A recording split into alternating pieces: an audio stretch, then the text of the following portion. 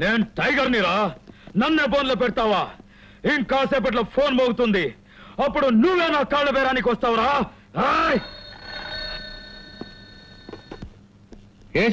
బ్రహ్మనాయుడు, సరిగ్గా గంట లోపల మా టైగర్ ని విడుదల చేయకపోతే నీ పెళ్ళాం బిడ్డల్ని సర్వనాశనం చేస్తాం. నీ బెదిరింపులకు లొంగిపోయి టైగర్ దాసును విడిచిపెట్టేంత అసమర్థుడు కాదురా ఈ బ్రహ్మనాయుడు. గతమంతా ఆయన నాకు చెప్పారు. కన్న కూతురు పెళ్లి తన అల్లుడితో జరగాలనే స్వార్థంతో పవిత్రమైన మీ జంటను విడదీసి మా ఇద్దరికి పెళ్లి చేసి మా నాన్న నీకు అన్యాయం చేశాడు. నీకు జరిగిన అన్యాయానికి పశ్చాత్తాపపడగలనే తప్ప నా జీవితానికి పరిహారంగా ఇవ్వలేను. ఎందుకంటే నేనిప్పుడు ఇద్దరు బిడ్డలకు తల్లిని. నీకోసం ఆయన త్యాగం చేసి వెళ్ళిపోతే నా బిడ్డల తల్లిని అనాథలైపోతారు. రాధిక, నీ పెళ్లి కళ్ళారా చూశాక చల్లటి నీ సంసారానికి అడ్డు రాకూడదని వెళ్ళిపోయాను. అనుకోని విధంగా విధి మళ్ళీ నన్ను మీ దగ్గరికి చేర్చింది.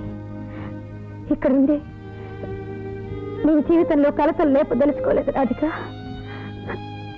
వెళ్ళిపోవాలని నిర్ణయించుకున్నాను.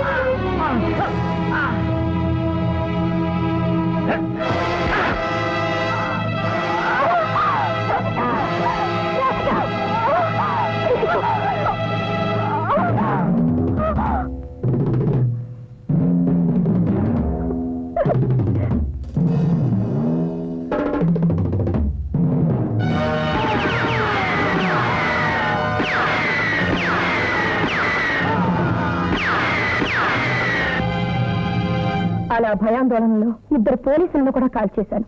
బందిపోట్లను చంపడం నేరం కాకపోయినా పోలీసుల్ని చంపడం నేరం అని భావించి చట్టం నన్ను ప్రశ్నించింది. గీత, నువ్వు ఇంటికి వచ్చినప్పుడు నిన్ను అపార్థం చేసుకున్నాను. కానీ ఈరోజు నీ మూలంగానే నా బిడ్డలు బ్రతికారు. ఏమండి, నా బిడ్డల్ని అనాథలు చేయకండి. గీతని నా బిడ్డలకి తల్లిని చెయ్యండి. జరిగిన యథార్థం ఇదే ఎవరానా? ఇప్పుడు చెప్పండి, నాది చరామి అని ప్రమాణం చెయ్యండి. ఏ ఆడదైనా ఒక మగవాడికి భార్య అవుతుందా? స్పృహలో లేని ఆడదాన్ని మెడలో కట్టిన తాళికి విలువ ఉంటుందా ఎవరానా? దీన్ని వివాహమని హిందూ వివాహ చట్టం అంగీకరిస్తుందా?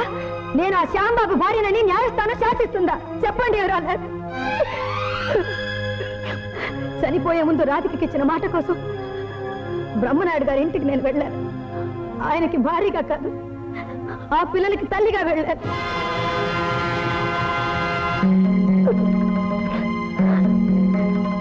నేను ఒక హంతకురాలనని తెలిస్తే పిల్లలు నాకు దూరం అయిపోతారన్న భయంతో ఈ నిజాన్ని బయట పెట్టొద్దని ఆయన శాసించారు. నేను దానికి తల వంచాలి ఎవరానా? మీ సంబంధం పవిత్రమైనదని, మీ బంధం మచ్చలేనిదని కోర్టు వారికి అర్థమైంది. కానీ శ్యాంబాబు హిప్నటైజ్ చేసి నిన్ను వివాహం చేసుకున్నాడనే విషయం ఆధారాలతో సహా ధ్రువపడాలి. అప్పటి వరకు ఈ కేసు అపరిష్కృతంగానే